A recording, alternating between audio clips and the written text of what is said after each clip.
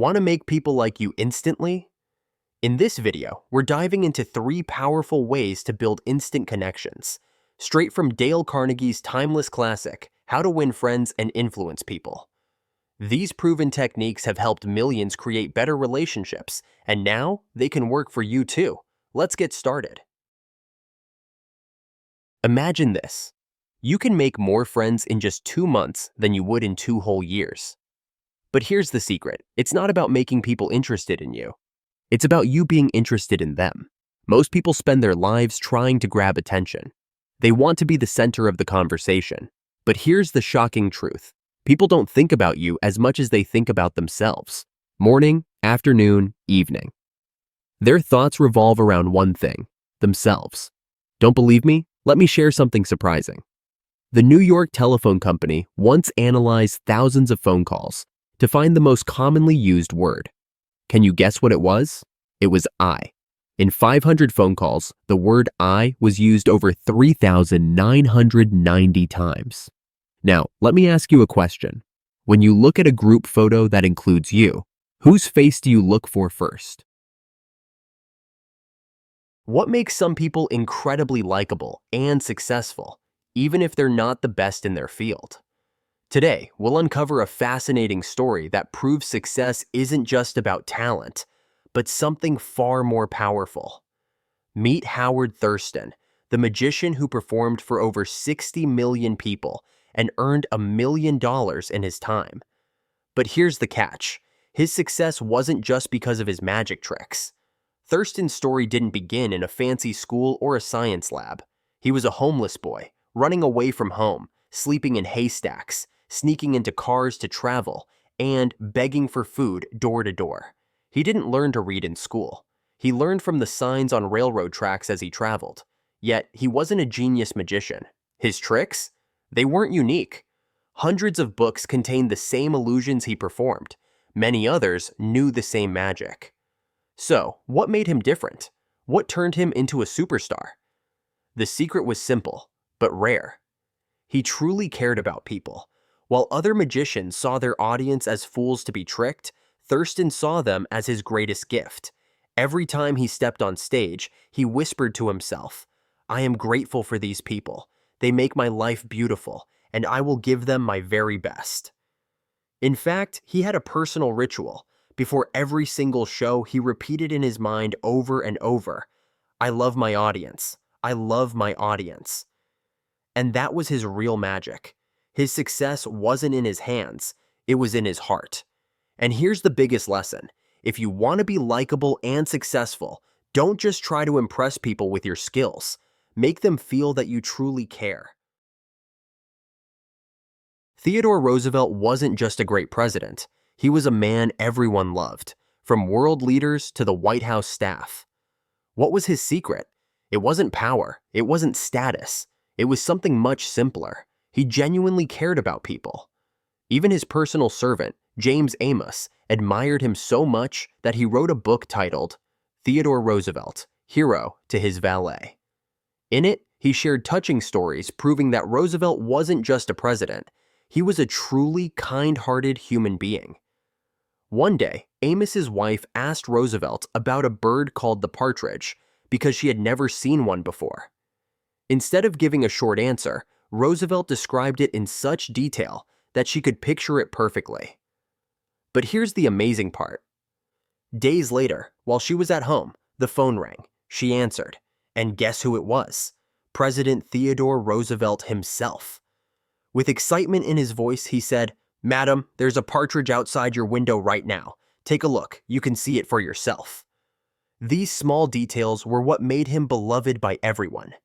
He never passed by Amos's house without shouting a cheerful greeting. One day, Roosevelt visited the White House during President William Taft's term.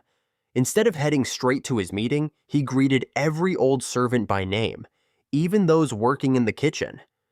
When he saw Alice, a kitchen helper, he remembered something remarkable. "Alice, you used to make barley bread, right?" he asked. Surprised, she nodded. "I still bake it sometimes, for the staff, but no one upstairs eats it anymore." Roosevelt chuckled and said, "They didn't like the taste? Well, I'll be sure to mention that to the president." Then he asked for a piece, took it with him. Theodore Roosevelt wasn't loved just because he was a strong leader. He was loved because he made everyone feel important, no matter who they were. And that's the ultimate secret. If you want people to like you, don't just try to stand out. Make others feel special. If you want to make real friends, you have to put in real effort. It takes time, energy, and courage, but most importantly, it takes genuine care for others. Next time someone calls you, don't just answer casually. Let your voice show real excitement that they reached out to you. When you greet someone, do it with energy and warmth, not just out of habit, but because you truly appreciate their presence. The biggest secret to making people like you is incredibly simple. Show genuine interest in them. Not because you have to, not because it's polite, but because you truly care. Every interaction is a chance to make someone feel valued, so don't just go through the motions. Make every moment count. Did you know that something completely free can change your life? Something that makes you likable, opens doors for you, and wins people over without saying a word? It's your smile. A smile isn't just a facial expression, it's energy. It spreads warmth, makes you instantly attractive, and costs you nothing, but gives so much in return. It never runs out. In fact, the more you smile, the brighter you become. Charles Schwab once said his smile alone was worth $1 million. Why? Because it was the key to his success.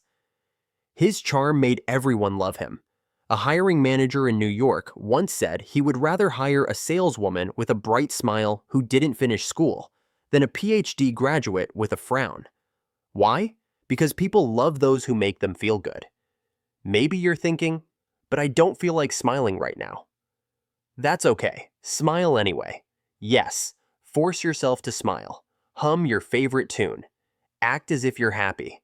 And you'll be surprised. Your feelings will start to change. Harvard professor William James once said, "Action comes before feeling." If you act happy, you'll feel happy. Everyone in this world is looking for happiness. But happiness isn't in money. It's not in external things. It's inside you, in your thoughts, in how you see life. I've seen smiles on the faces of workers, toiling under the burning sun for just a few cents a day, yet they still smiled. As Shakespeare once said, "Nothing is good or bad. Our thinking makes it so." So why not start now? Smile. Make it a habit. Make it a way of life. And watch as people gravitate toward you, and your world becomes happier, brighter, and more beautiful. William B. Steinhardt, a member of the New York Stock Exchange, lived a life filled with frustration. For 18 years, he never smiled or even spoke to his wife in the mornings. Every day, he left home with a frown, walking past his wife without a single word. But one morning, as he stood in front of the mirror, he made a simple decision. He decided to smile. As they sat down to eat, he looked at his wife and smiled. His wife was shocked at first, but then she smiled back. That moment changed everything. Within 2 months, he noticed something incredible. His home felt happier, and his relationship with his wife transformed. But he didn't stop there. He started smiling at everyone: the elevator operator, the doorman, his colleagues on the trading floor. And guess what? They all smiled back. Even when dealing with angry clients, he found that a simple smile made conversations smoother. And the best part? His profits started growing day by day. A smile changed his life. It became his secret weapon, bringing him happiness, improving his relationships, and fueling his success. So, what about you? Why not try it? Smile, and watch your world change. At an early age, Jim Farley discovered a simple yet powerful truth. People love their own names more than any other name in the world. Remembering someone's name is one of the greatest compliments you can give them.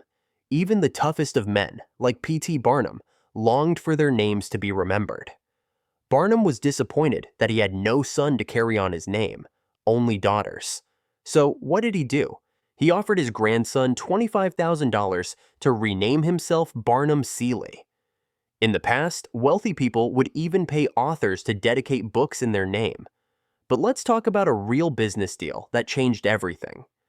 One day, Andrew Carnegie was discussing a potential partnership with George Pullman. Pullman asked, "What will we name the company?" Carnegie said, "Pullman Palace Car Company." At that moment, Pullman's entire attitude changed. He smiled broadly and said, "Come to my office. Let's talk." That was the beginning of one of the most powerful partnerships in industrial history. Carnegie's secret to success was simple. He valued and remembered people's names. This small habit made him a respected leader and a dominant force in business. If you want to make a lasting impact, remember names, respect names, because knowing someone's name can unlock opportunities you never imagined. Thank you so much for watching. If you enjoyed the video, feel free to give it a thumbs up and hit that subscribe button so you don't miss what's coming next. See you in the next video.